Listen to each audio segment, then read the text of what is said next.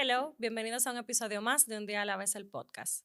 ¿Alguna vez te has sentido decepcionado de ti mismo porque acabas de repetir el mismo error, el que ya has hecho antes? De nuevo te encuentras aquí equivocándote otra vez. Te has dicho a ti mismo, no puede ser que estés haciendo esto de nuevo, tú eres mejor que esto, ha pasado demasiadas veces, etc. Yo creo que nos pasa a todos, que todos nos hemos equivocado más de una vez en exactamente la misma situación y eso hace que nos sintamos poca cosa. Hoy vamos a hablar de eso, de me equivoqué otra vez. Y vamos a hablar de un personaje de la Biblia que fue rey de Israel, su nombre es David, y de algo que le pasó con una joven llamada Betsabé. En esta historia de la Biblia, que está en el segundo libro de Samuel, nos habla cómo el pueblo de Israel tenía que ir a la guerra. Pero David, rey, decide quedarse en su palacio. Este es un tema que se utiliza normalmente para hablar de no ser ociosos, de no estar fuera del lugar donde nos corresponde, pero ese no es el tema de hoy. El punto es que mientras David estaba en el palacio, caminando ahí, pasándole bien, él miró por una de las ventanas y vio a una hermosa mujer que se estaba bañando. Esa mujer era Betsabé. Cuando él la ve, él pregunta quién es ella. Y esto es importante en la historia porque ahí es cuando le informan quién era y quién es su esposo, Urías. Cuando le dicen esto, que ella es esposa de Urías, además de toda la otra información que le dieron, David la manda a llamar y se acuesta con ella. El tema aquí es que no solo pasa esto, sino que Betsabé queda embarazada.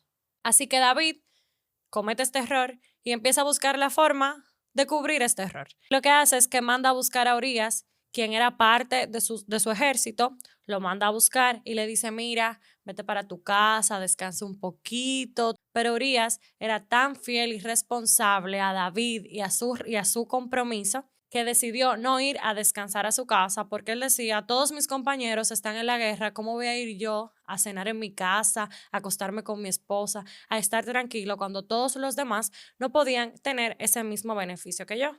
La Biblia dice que él se quedó a descansar en la entrada del palacio. Entonces, David no renuncia a su plan. La Biblia relata que él lo llama y entonces, al ver que él no duerme en su casa, decide emborracharlo a ver si así, si va para su casa, se acuesta con su esposa y entonces se puede deducir que el embarazo realmente era de él y no de David. Pero este plan tampoco tiene éxito. Así que David recurre a un plan mucho peor.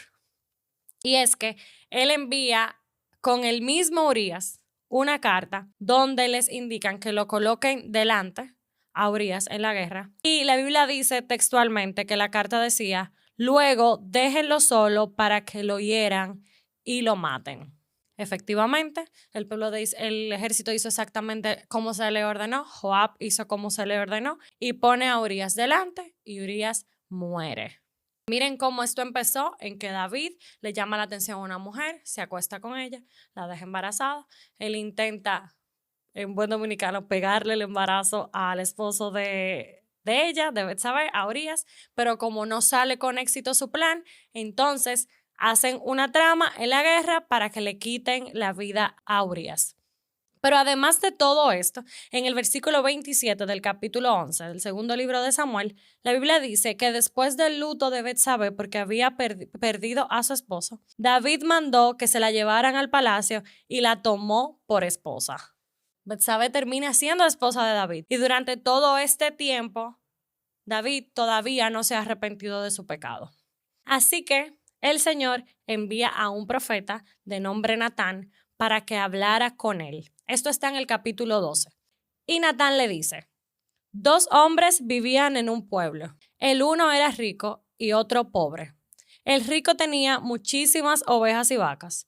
En cambio, el pobre no tenía más que una sola ovejita que él mismo había comprado y criado. La ovejita creció con él y con sus hijos. Comía de su plato, bebía de su vaso y dormía en su regazo. Era para ese hombre como su propia hija. Pero sucedió que un viajero llegó de visita a la casa del hombre rico y como éste no quería matar ninguna de sus propias ovejas o vacas para darle de comer al huésped, le quitó al hombre pobre su única ovejita. Tan grande fue el enojo de David contra el hombre de la historia que le respondió a Natán, tan cierto como el Señor vive, quien hizo esto merece la muerte. ¿Cómo pudo hacer algo tan ruin? ahora pagará 4 veces el valor de la oveja. Entonces Natán dijo a David, tú eres ese hombre. Así dice el Señor, Dios de Israel, yo te ungí como rey sobre Israel y te libré de la mano de Saúl. En los siguientes versículos, el Señor empieza a hablar a David a través del profeta Natán todas las consecuencias que iba a traer todo este pecado que David había estado cometiendo. Pero David responde, he pecado contra el Señor. El Señor ha perdonado ya tu pecado y no morirás, le respondió Natán. Sin embargo, tu hijo sí morirá, pues con tus acciones has mostrado desprecio al Señor. David comete todas estas faltas una detrás de la otra y cuando el Señor lo confronta a través del profeta Natán, David admite su error, se arrepiente. No se libra de la consecuencia, pero se arrepiente ante el Señor. Y yo hablo de esta historia, hablando de este tema, por varias razones.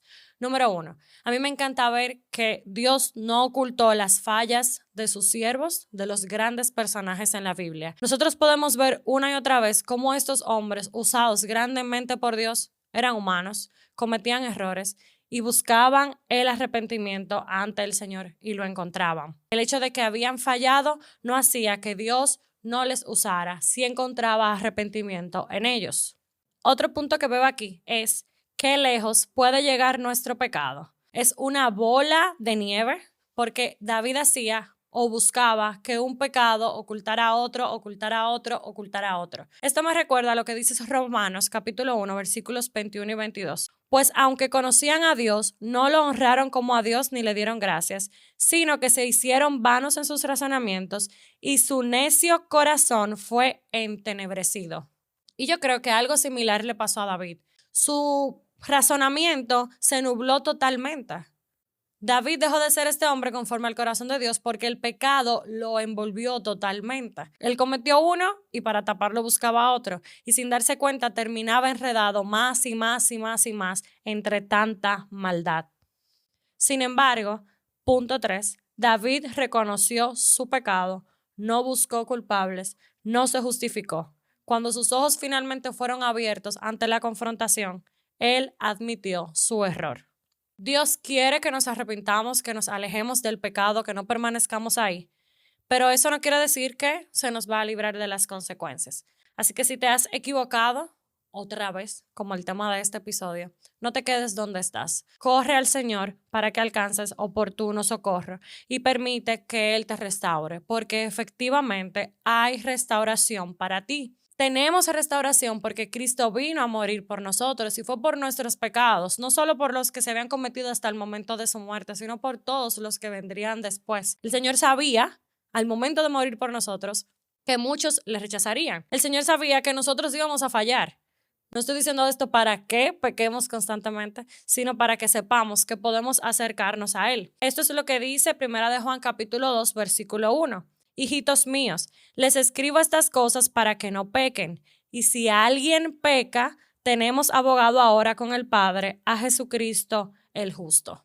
Sin lugar a dudas, hay misericordia y gracia oportuna para nosotros. Hebreos capítulo 4, versículos 15 al 16 dice: porque no tenemos un sumo sacerdote que no pueda compadecerse de nuestras flaquezas, hablando de Jesús, sino uno que ha sido tentado en todo como nosotros, pero sin pecado. Por tanto, acerquémonos con confianza al trono de la gracia para que recibamos misericordia y hallemos gracia para la ayuda oportuna. Si te has equivocado otra vez, no te quedes en el error, no te quedes lamentándote porque volviste a caer. Corre al Señor para que seas restaurado oportunamente. Cuando David es confrontado por el profeta Natán, él escribe el Salmo 51, y este es un fragmento. Ten piedad de mí, oh Dios, conforme a tu misericordia, conforme a lo inmenso de tu compasión, borra mis transgresiones. Lávame por completo de mi maldad y límpiame de mi pecado, porque yo reconozco mis transgresiones y mi pecado está siempre delante de mí.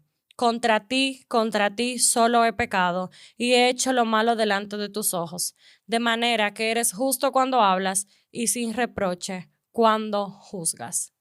David admitió inmediatamente que había cometido un gravísimo error delante del Señor y reconocía que necesitaba ser limpiado de su pecado. Pero para mí, el versículo más hermoso de todo este salmo, y con esto quiero cerrar, es el que está en los versículos 10 y 11. Dice: Crea en mí, oh Dios, un corazón limpio, y renueva un espíritu recto dentro de mí.